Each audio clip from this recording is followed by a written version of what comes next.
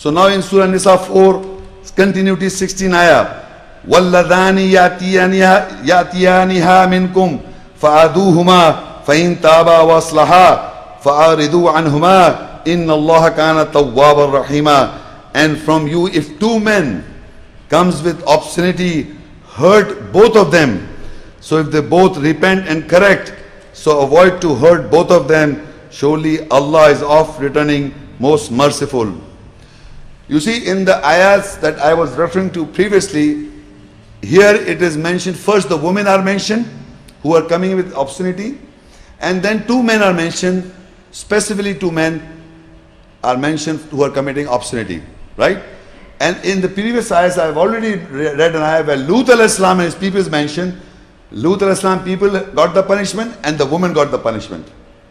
So again here also you see the women are coming with obscenity and two men. So that means this kind of sensual desire for men is the same. Women have the sensual desire for men, or the men have a sensual desire for men. Same. They both come in the same category. That is why the ayat is for the woman, because Lut al-Islam's wife was left behind. She was a woman. And here also the women, your women are coming with obscenity. Fahisha. So what you have to do, you know that. You can't kill them. You can't divorce them. Believe me, you have to keep them with in your house. That's what you have to do. And here two men. If two men were legalizing this nonsense act in some European countries, he said if two men comes with that, hurt both of them. Hurt both of them. And then if they repent, both repent and correct, so avoid the hurt to both of them. Solely Allah is oft returning, most merciful. What this ayah and the previous ayah is in continuation.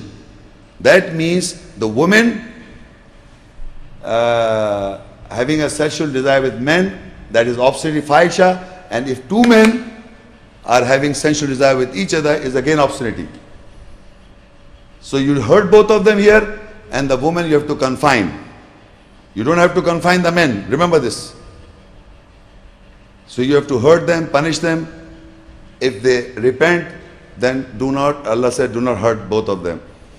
What men are also doing in the world, I mean, I'm not just excluding the men. Men are also doing this.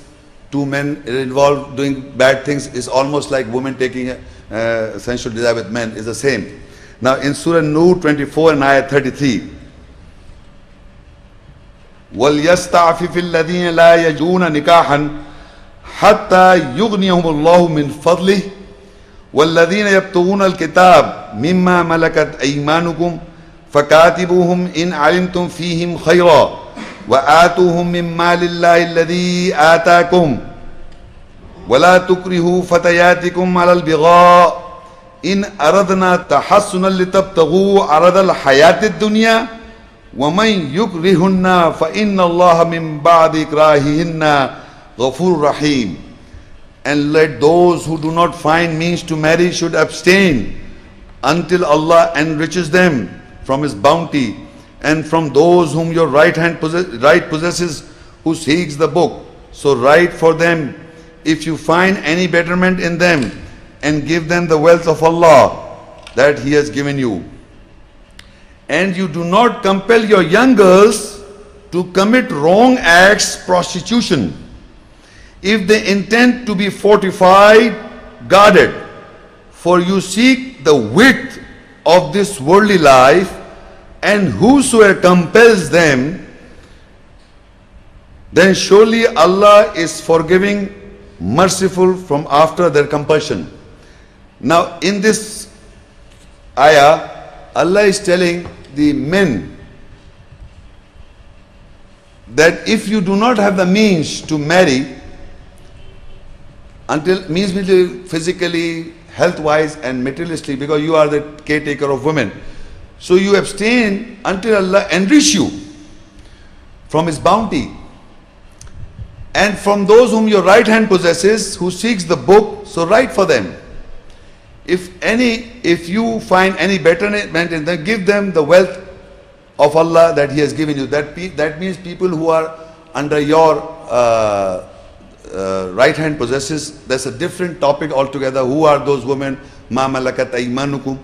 I will not go into detail. Our portion is this little portion, below this little portion. I'm going to discuss that because it is related to our topic, very important. That is, and you do not compel your young girls to commit wrong act, prostitution. But there are men who are forcing these young girls. Now there comes the force. The forcing young girls, compelling them. And these young girls want to fortify themselves, they want to keep clean, they don't want to get involved. If they are like that, and you are seeking the width of this worldly life. So now in this is the only one verse which clarifies many aspects that is being wrongly propagated in the world. First of all, if men force the young girls, compel the young girls to commit the wrong act or to prostitution, first is that, and these women do not intend to do so. That means they are raped. Are they not? If these young girls do not want to indulge in this kind of act, if the man compels them to do so, in other words, it is the unwilling sexual act these girls have to perform. They are young girls. So that means you are compelling them to do this act is basically prostitution or rape. Am I not clear? This is rape. You are doing it or you are asking them to do it for others. Is the one who is going to do it is going to rape the girl. Am I right? Compelling them. If they want to be guarded, these girls, young girls want to be guarded. So you compel them to do so. So you are compelling them to commit this act, that is rape by forced sexual intercourse.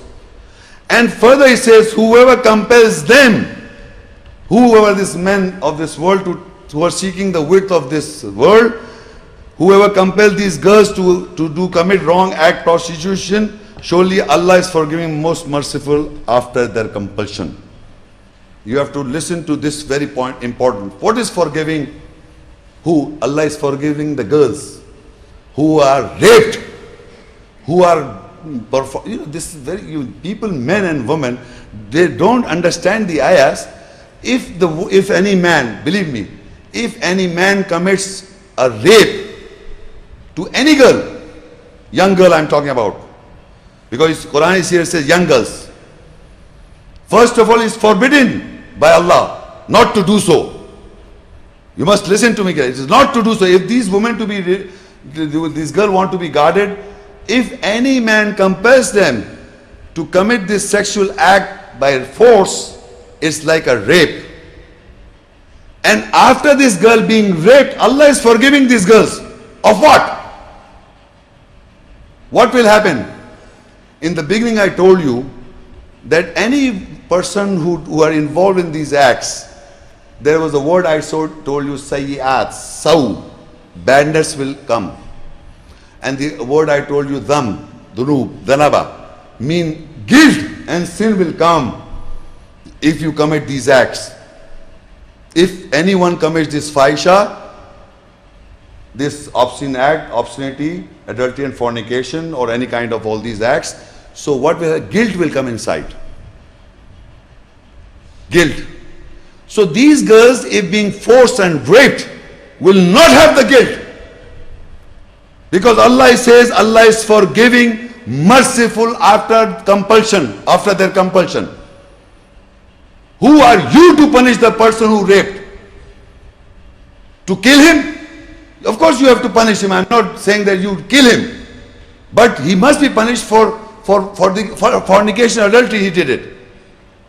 When Allah is forgiving the girls, you are taking it the biggest crime. And no wonder in the United States and all parts of the world, the men who rape girls, it is very difficult to prove them against this. They are all walking on the world. In this country and nowadays, they said the person who raped a girl, he should be killed. Again you are taking a life.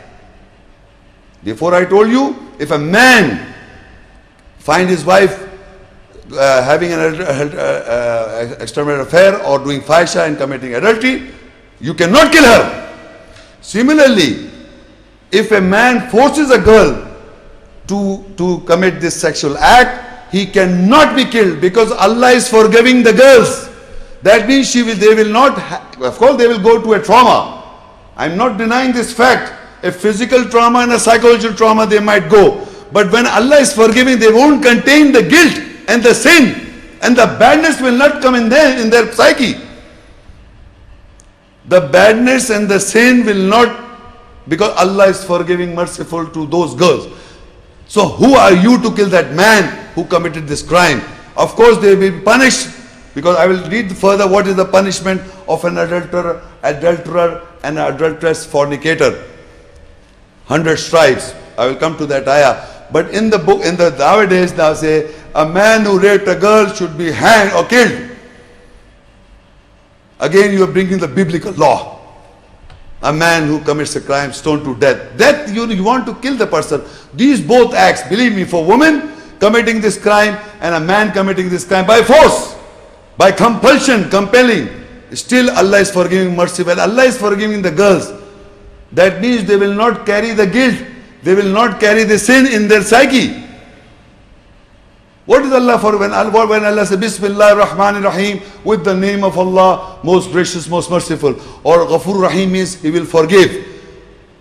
Meaning Allah forgives, that means there is no guilt in us, in me. Or there is no sin in my psyche when Allah forgives. Otherwise, if Allah does not forgive, that sin will be carried in my psyche. It will be in my personality. You must understand what I said. Okay, this ayah, this was in our related to our topic, that there are men, I'm not denying this, there are men who are forcing the girls or compelling young girls to this Fahisha act of prostitution. But they want to seek the witness of this worldly life. That is wrong. 100% wrong. I'm not denying this fact. They should be punished. But not to kill them. But at the same time, Allah is telling us the women or young girls whom they were being forced, or after their compulsion being that they've been compelled to do that act, Allah is forgiving the girls. And Allah is merciful to the girls. What you understand? That means they will not carry the guilt. It will never come into their mind.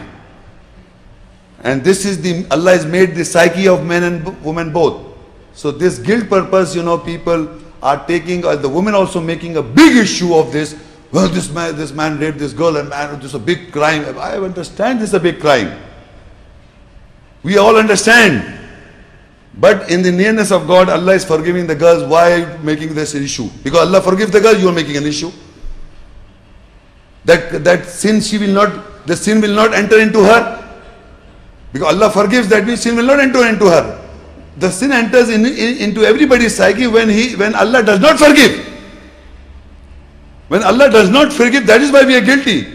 We are afraid of our accountability. Because she was compelled, why would the sin will enter into her? Of course there will be a trauma, and some period of time she will feel different. But later on it will go away, it will be alright. Because she will not have this guilt of crime. She never committed a crime. It will never enter. Allah is forgiving, merciful. Now the punishment, Surah An-Noor 24 and ayah 2. الزانية والزاني فاجلدوا كل واحد منهما 100 جلدة ولا تأخذكم بهما رأفة في دين الله إن كنتم تؤمنون بالله واليوم الآخر وليشهد عذابهما طائفة من المؤمنين.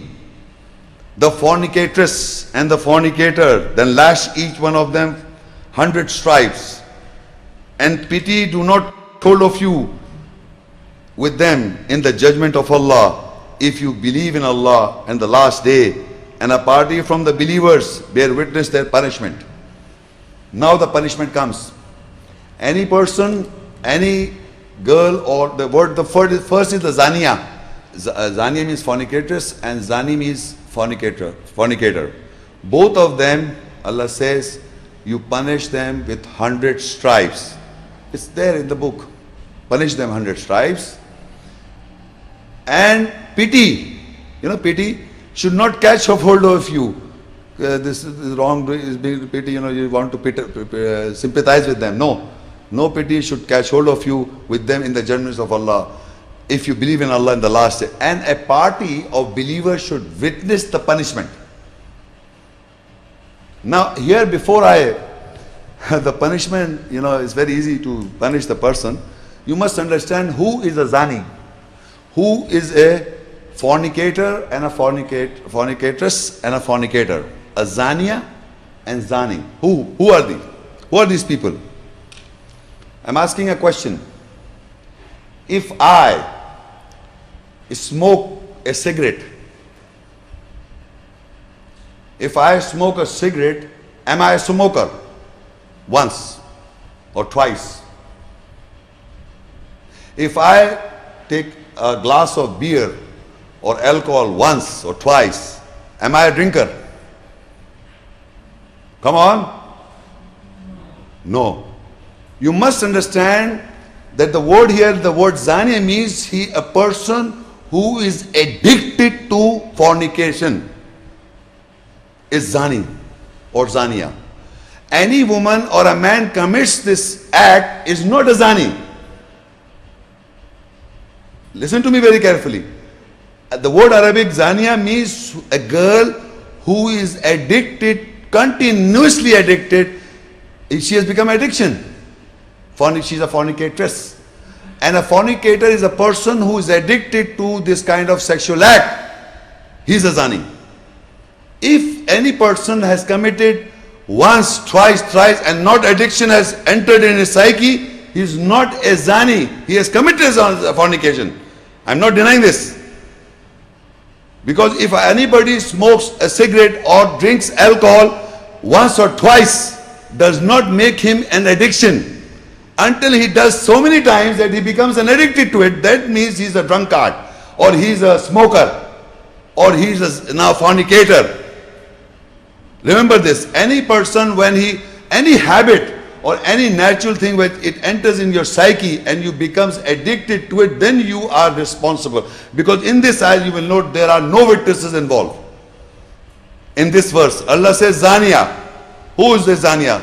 She herself will expose in the world. Because when any person gets addicted to anything, she or he cannot hide it. She is exposed. No matter how hard she tries or how hard a man tries. If you look into the world, I have noticed there are men who are involved in this fornicating business. They boastfully say to people, don't they, that I am having these kinds of women. Same with the women. Everybody knows in our areas, in our locations, and that this woman is, she's not right. How do you come to know? So many times she can't hide. Remember this. If any woman commits this act secretly, or any man commits this act secretly once or twice, and he's not addicted to it, he's not a fornicator. He is committed a fornication. He's not addicted. You understand this? The word zani means any woman or a man. Zania and zani means any woman or a man who is continuously involved, addicted and exposed. So now you get hold of him and then you give them 100 stripes. I am not allowing zani, fornication, adultery. Remember this. Don't catch my word that when I using these words. I am just trying to explain that a person who is addicted to any kind of act, then you call him that person. Otherwise you don't. You follow what I'm saying? So similarly here, a zania, there is no evidence required, because he or she will himself confess that I am addicted to it. That is why you don't see this 100 stripes. Allah says, then you lash each of them 100 stripes, and do not pity catch hold of you with them in the judgment of Allah, if you believe in Allah in the last day. And a party of witnesses, a party from the believers bear witness to their punishment, meaning the believers should stand, and a woman or man who is committed this adultery or fornication, who's addicted to that fornication. So she committed, she confessed, or he confessed.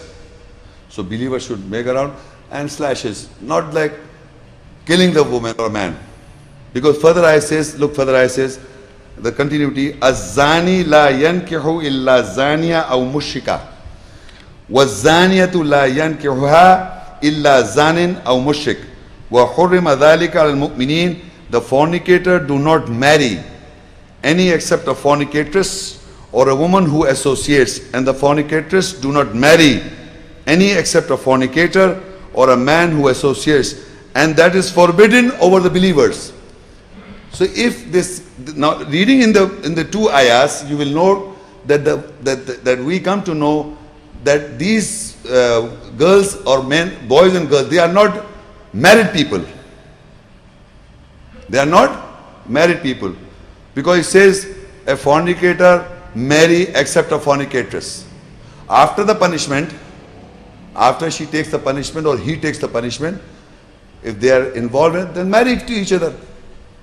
It says that fornicator do not marry any except a fornicatress or a woman who associates, and the fornicator do not marry except a fornicator. So if you will kill the fellow or you will beat him so much that he's become a victim, no, you just, because fornication is a shameful act, obscenity. It is shameful. So this shame should be brought forward. Give them the punishment, and after the punishment, let them marry each other. And on the believer it is forbidden. But what I am saying, this is not for married people. Married woman, if she involves, what's the punishment for her? Confined in the houses. But for men and women both, here who are not married, they should marry each other. The punishment is this. And who is this person? A girl or a boy who is addicted, that he himself will expose. He will himself will be in front of people that she or he is committing this act of fornication. Not, once or twice. He himself exposes himself. He cannot hide it. Remember, any girl or a boy will not be able to hide if he or she is addicted to it. Any person starts any kind of this kind of act, committing this sexual act secretly, but slowly and gradually it is exposed. Remember this. They think they are clever, they will hide it, but no, it becomes an addiction, and once it's an addiction, they can't see properly themselves that they are hiding. They lose so many evidences. So many evidence they lose by. So in that connection, Allah says, this zaniya, women and men, and believe me, this is a cure. Otherwise, people in the world are facing the difficulty of AIDS. Because once you catch hold of the AIDS, death is the solution, no other solution. In the world, there is no solution for any person who is addicted to fornication. Addicted to this fornication, she or he has become a fornicator or a fornicatress. There is no cure until you get this punishment from Allah. And the believer should witness, and she should confess that she or he should confess that I would like to amend my life. I've done wrong in my life, I want to amend. And she will not keep on repeating. So you have this punishment. According to the Bible, Christians faith, John 8 verse 4. They say unto him, to Jesus, Master, this woman was taken in the adultery in the very act. John 8 verse 5 and 7. Now Moses in the law commanded us that such should be stoned. But what say you? So when they continued asking him, he lifted up himself and said unto them, He that is without a sin amongst you, let him first cast a stone at her. Now look at the Christians. This is the biblical Christian law. It's in the Bible. So the portion say that people caught, look, they say unto him, Master Jesus, this woman was taken in the adultery, the very act. If you catch a woman in the very act, what do you understand? Any woman committing adultery in the very act. They caught the woman in the very act. What do you understand? She was caught at the time of act. Red-handed. Where is the man? Where is the man in this verse Bible? Biblical. There is no man. They just called the woman. Where is about the man? The very act, where is the man? I am asking them. Where is the man? Why did they get hold of this man also? They should have brought both. No. They caught the very sexual act, but they caught the woman. You run away. What nonsense. Believe me. And look further. They said, now Moses in the law commanded us that such should be stoned. But what say you? Come on, Jesus. In our book of Moses law, Torah of the Hebrew, of the Jews, it was that he should be stoned to death. What do you have to say now? So when they continued asking him, he lifted up himself and said unto them, he that is without a sin amongst you, let him first cast a stone at her. So Jesus said to these people, whoever doesn't have a sin, meaning doesn't have a guilt of committing that same sexual act, you want to stone the fellow, what about you? So should first cast the stone. That means they all were involved, right? So nowadays they don't practice this because they all are involved. The Christians, they take it as a joke. If you go to the Western world, or not only the Western world, anywhere in the Christian world, whether it's West or East or anywhere, even in Pakistan and the Christians, they take it easy. Because Jesus said, whoever want to stone the person, that is why the stoning is not to find in the Christian world. Because according to Jesus said, whoever want to cast the stone must cast who is not without a sin. So everybody has committed that same crime. So they were all guilty of. So nobody throw any stone. So what is going on? In the world, the Christendom, the women and men, the girls and boys are getting addiction to, you are not a proper girl if you are not going you don't have a boyfriend, you don't have a girlfriend, you are not moving around, you are not having relationships, you may be sick, there is something wrong with you. So they are encouraging this kind of act to commit these wrongs. So that is why I read this, that people are committing this sexual act in the Christian world because Jesus said, do not throw a stone because you people keep on committing. I have taken your sins. Finally, you just believe that I have died for your sins. So keep on doing, no problem. Astaghfirullah. Aal-e-Imran 3 and ayah 135. وَالَّذِينَ إِذَا فَعَلُوا فَاحِشَةً أَوْ ظَلَمُوا أَنفُسَهُمْ ذَكَرُوا اللَّهَ فَاسْتَغْفِرُوا لِذُنُوبِهِمْ وَمَنْ يَغْفِرُ الذُّنُوبَ إِلَّا اللَّهُ وَلَمْ يُصِرُّوا عَلَى مَا فَعَلُوا وَهُمْ يَعْلَمُونَ. And those when they commit obscenity or oppress their souls, they remember Allah, then they seek forgiveness for their guilts, sins. And who will forgive guilt, sins except Allah? And they did not persist over what they did and they know it. Now in this ayah it is referring to both sexes. Look, I was telling you before that zina is a continuous act. And here it says, who have done this fahisha? وَالَّذِينَ إِذَا فَعَلُوا فَاحِشَةً. And those when they commit obscenity and or oppress their souls, they remember Allah. They remember Allah. Then they seek forgiveness for their guilts and sins. For guilts or sins. So what I was telling you in the beginning, whenever you are committing this act, whatever guilt enters in you, guilt enters you or sin enters you. Look, it says they seek forgiveness for their sins, guilts. So dhanaba means guilt. The moment you commit a shameful act of fahisha or wrong their souls, guilt enters because we are built like this. The psyche of every human being is built by Allah. He is made in a manner that the moment you do wrong in the nearness of Allah, guilt enters in you. You may not read the Quran, but it enters in you. So that is why previously I was telling that the women who are compelled to do wrong act, the guilt will not enter in them. There will be no sin in their psyche. Because Allah is forgiving and merciful. But if you do it with your intention, the guilt will enter. And the sin will enter in you. So what happened now? They want to correct themselves. They remember Allah. They seek forgiveness for their sins. And who will forgive guilt sins except Allah? Who can? And they did not persist over.